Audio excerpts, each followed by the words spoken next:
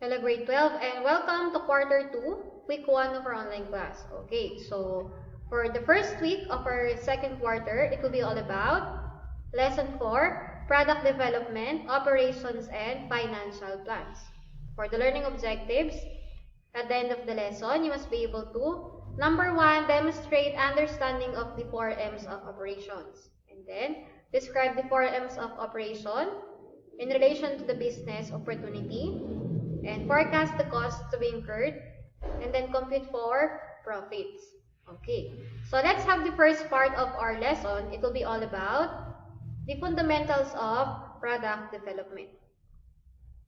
So what do you mean by product development?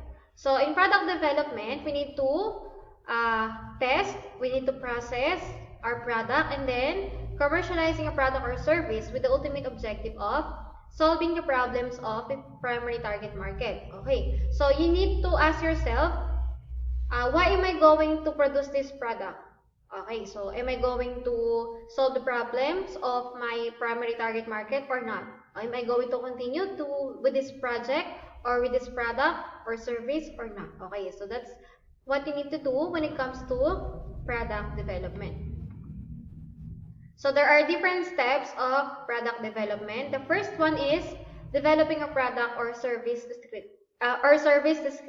Okay, next one is creating a prototype. And then third one is testing the prototype. And then last one is validating the market. Let's go to number 1, which is the product or service description. Okay, so from the word description, all you need to do is to describe your product. What will be the benefits of your customers when they buy your product or when they avail your service. So that's what we call product or service description. So it describes how a service or a product works and how it benefits the customers. Okay, so that's what we call product or service description. All you need to do is to describe your service or your product, and then what will be the benefits of that product or service to your customers. Okay, next one, for step number 2 is creating a prototype. Okay, what do we mean by creating a prototype? So it is the most exciting but very challenging part of the product development. So as you can see with this example, there is a paper model of a cell phone. So this is an old brand of cell phone. This is an example of a phone with QWERTY keypad. Okay, so phone developers will have a paper model first, and then afterwards they will start to build the original cell phone or the tangible phone. Okay, so the phone itself already. So what do you mean by prototype? So a prototype is a preliminary model or sample of a new product or service that is created to test a product concept or service process. Okay, so when we say product prototype, it is just a sample of your product. For example, if you're going to start your product, you need to have the product prototype first or your sample products. Why? Because if there will be problems within your product prototype, so therefore, it will be a big problem for you because it will cost you money, your time, and your effort. Okay, so when you have your product prototype first before making your product in bulk, okay, so it will be a big help because you can edit your product or you can change something within your product before commercialization or before your final launching. Okay, so that's the main reason why we need to have a product prototype. So there are different advantages of product prototype.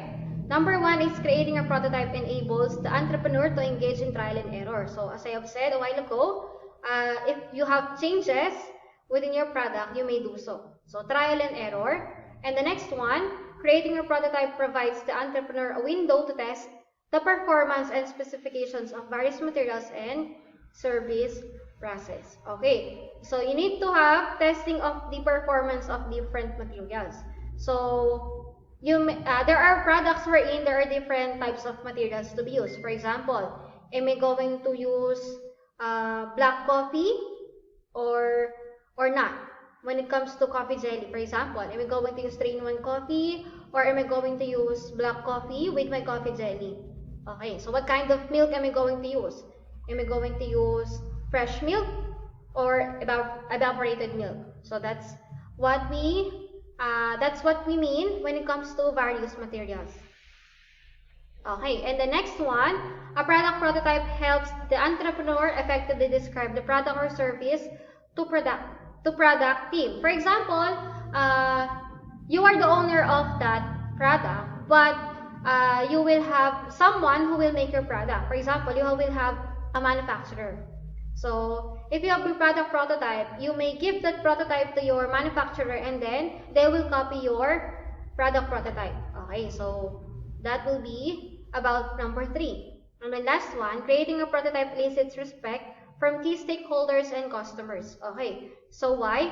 Because if there will be some changes or if there will be problems within your product prototype, you may edit or you may solve it right away before launching your final product to your customers or your primary target market. Next one is testing the product prototype.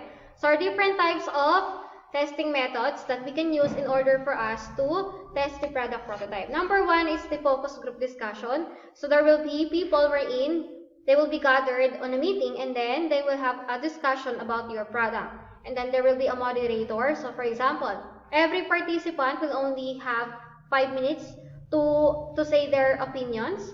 And then afterwards, after 5 minutes for example, the next participant will give their opinions as well. Okay. Next one is the legality and ethical test. So, is it legal or ethical when it comes to your product? And the next one, safety test. Is your product safe to people? For example, your product is a toy. A toy for a kid. So, is your product safe for kids or not? So, it will be for safety test. And the next one, product costing test. So, you may have a computation for your product costing. Okay, because you already have your idea. Okay, so I will need, for example, 500 pesos for this product. Okay, I will need 100 pesos for this product only. Okay, so you will have your product costing test. Then next will be component test. Okay, so for example, within your phone, is your phone okay with your earphones or your charger? So it will be about the component test. And then last one is competitors product or service test. So you need to make a comparison between your product and then your competitor's product. For example, you want to have a test with your milk tea within your milk tea shop and then a famous milk tea shop as well. So you will taste or you will have someone to taste both milk teas and then you will gather the data. For example, what is your opinion? So you need to ask your participants, what is your opinion? Is it better? Is my product better, or am I going to change something to make my product better? So that will be for competitors and product service test. And the last one is validation of market acceptability. So it is the process of finding out if the intended primary target market will be buying the product or availing the service. Okay, so there will be 2 questions that you need to answer before you will proceed to launching your product. Number 1, will the primary target market like the product or service? Okay, so you as the owner of the product or the business, you need to ask this to yourself. Will the primary target market like the product or service? If, for example, you think that your primary target market wouldn't like your product, so therefore you need to change something within your product. And then last one is, will the primary target market buy the product or service when it's already in the market? So are they willing to buy, or are they willing to lend you money or change their money to your product or not? So you need to answer that questions before your launching. Okay? So that will be all for this video, grade 12. And the next topic will be all about the 4 M's of operations.